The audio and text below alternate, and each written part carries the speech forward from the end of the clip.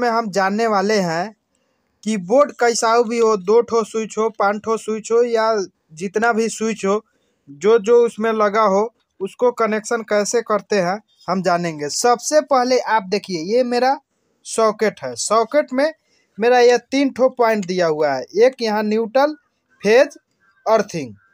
जैसे यहाँ इसमें न्यूट्रल चाहिए, फेज चाहिए। जैसे हम किसी मोटर का 2 तार लेते हैं और यहाँ डाल देने से मेरा मोटर चलता है, तो ये है मेरा लाइन लेने वाला चीज़ हो गया। उसके बाद में देखिए, ये मेरा 2 पिन है। 2 पिन में 2 ठो रहता है। देखिए, न्यूट्रल और फेज, इसमें अर्थिंग नहीं रहता है। उसके बाद देखिए, ये मेरा इंडिकेटर हो गया। इंडिकेटर भी एक तरह से मानिए तो बल्ब ही है, इसमें बल्ब लगा हुआ है। तो बल्ब जलाने के लिए हमको 2 ठो तार चाहिए, जैसे न्यूट्रल और फेज। तो इसमें आपको न्यूट्रल और फेज दोनों देना होगा।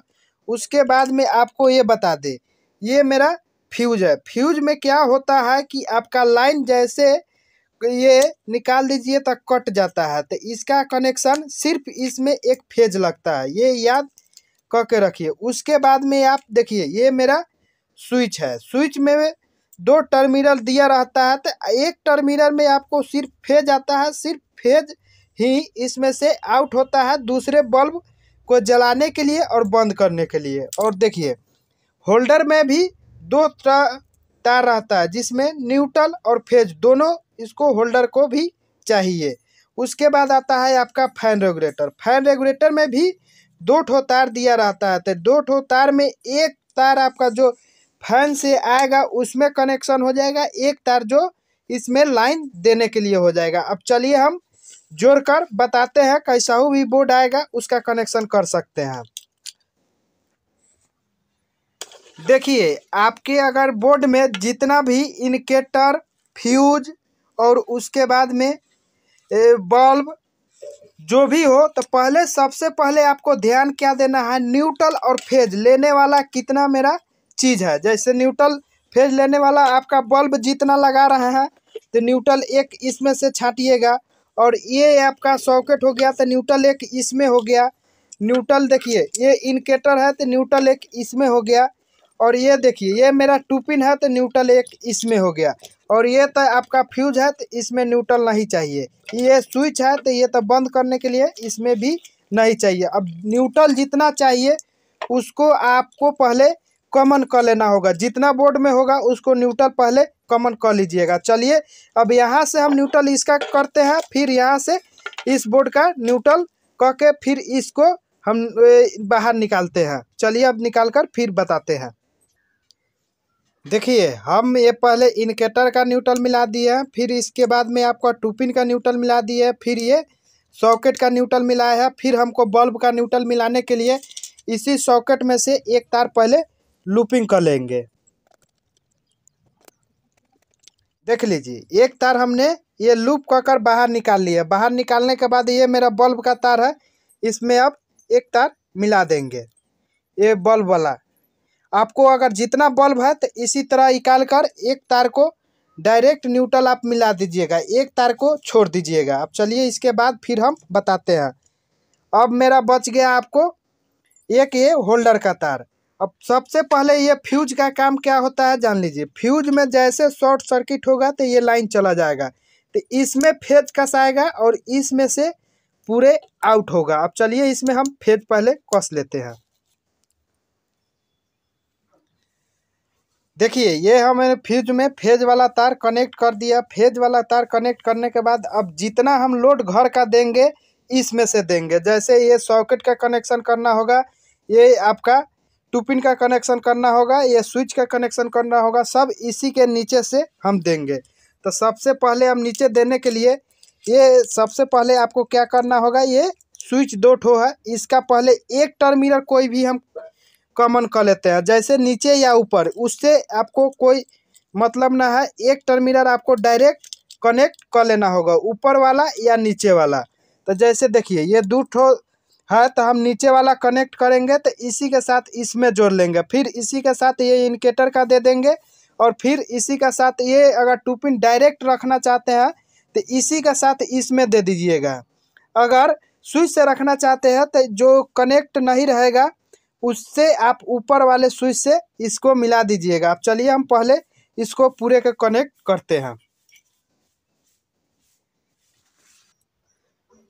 देखिए पहले हम फ्यूज में कस दिए, कसने के बाद में नीचे वाला टर्मिनल में स्विच में भी कस लिए हैं, कसने के बाद में इस भी हम कस लिए हैं नीचे वाला टर्मिनल में, और उसी से डायरेक्ट आपको यहाँ मिला दिए हैं इंडिकेटर में। अब क्या करना होगा, अगर ये टू पिन को डायरेक्ट रखना चाहते हैं तो इसमें मिला दीजिएगा, अगर स्विच से रखना चाहते हैं तो इसमें से एक तार लेकर यहाँ मिला दीजिएगा। तो ये मैं टू पिन डायरेक्ट रखूँगा और ये सॉकेट जो है आपको हम स्विच से रखेंगे। तो चलिए अब यहाँ से एक तार लेकर यहाँ मिला देते हैं। देखिए ये हमने मिला दिया। मिलाने के बाद में अब इस सॉकेट को हम इस स्विच से रखेंगे, तो एक तार इस सॉकेट में हम यहाँ कस देंगे। देखिए यहाँ कसने के बाद यहाँ डायरेक्ट आप इस वाले स्विच में कनेक्शन कर दीजिएगा। देखिए ये तार हम लेकर ये स्विच में कस दिए, तो ये स्विच से हो गया। अगर इसको भी डायरेक्ट मिलाना रहता तो कहीं से जो ये डायरेक्ट हम लाइन लिया है तो इसमें भी कस देने से आपका ये सॉकेट डायरेक्ट हो जाता। तो हमको ये डायरेक्ट नहीं करना था, हमको इस स्विच से करना था, तो स्विच से कर दिए। ये जो टू पिन था हमको डायरेक्ट करना था तो डायरेक्ट कर दिए। अब बच गया मेरा बॉल। बॉल में जितना आपको तार है, जो ठो बॉल है, तो एक तार को पकड़कर इस तरह से न्यूट्रल मिला दीजिएगा। जो आपका पोल का न्यूट्रल आएगा उसके साथ में न्यूट्रल लीजिएगा और सबको एक जगह इस तरह से कनेक्ट कर कर आप टेप लगा दीजिएगा। टेप लगाने के बाद में आपको अब जितना बल्ब का तार है उस स्विच में कस दीजिएगा। देखिए बल्ब का तार हमने इसमें कस दिया। कसने के बाद में ये इस बोर्ड का वायरिंग कंप्लीट है। चलिए एक बार और बताते हैं। पहले देखिए कि जितना हमको न्यूट्रल लेने वाला है उसको पहले कॉमन कर ले। जैसे देखिए मेरा इंडिकेटर था तो इसका न्यूट्रल मिला लिए, ये मेरा ये टू पिन का न्यूट्रल मिला लिए, फिर इस सॉकेट का न्यूट्रल मिला लिए और बाहर निकाल कर ये बल्ब का, अगर फैन है तो फैन का भी एक तार इसी तरह मिला लीजिएगा। मिलाने के बाद में आपका एक तार बच जाएगा तो स्विच में कस दीजिएगा।